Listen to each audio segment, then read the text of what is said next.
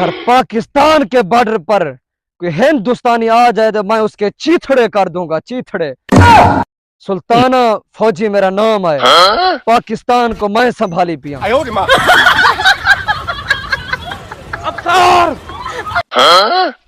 तुम्हारे बॉर्डर में मेरा बेटा चला गया अफसर, मुझे जाने दो अफसर, मुझे जाने दो। मैं पाकिस्तान का फौजी हूँ, बहुत सख्त हूँ।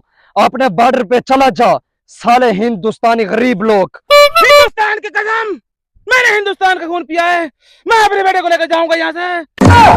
पाकिस्तान की कसम कहता हूँ, आपके हिंदुस्तान के चीतड़े चीतड़े करके रख दूंगा। अगर बॉर्डर पर मुझे कोई शिकायत मिली तो हिंदुस्तान वालों की तरफ से बर्बाद करके रख दूंगा। सुल्ताना फौजी मेरा नाम है। हाथ उठा ले, सवाल है। हाथ उठा ले। अबे पाकिस्तान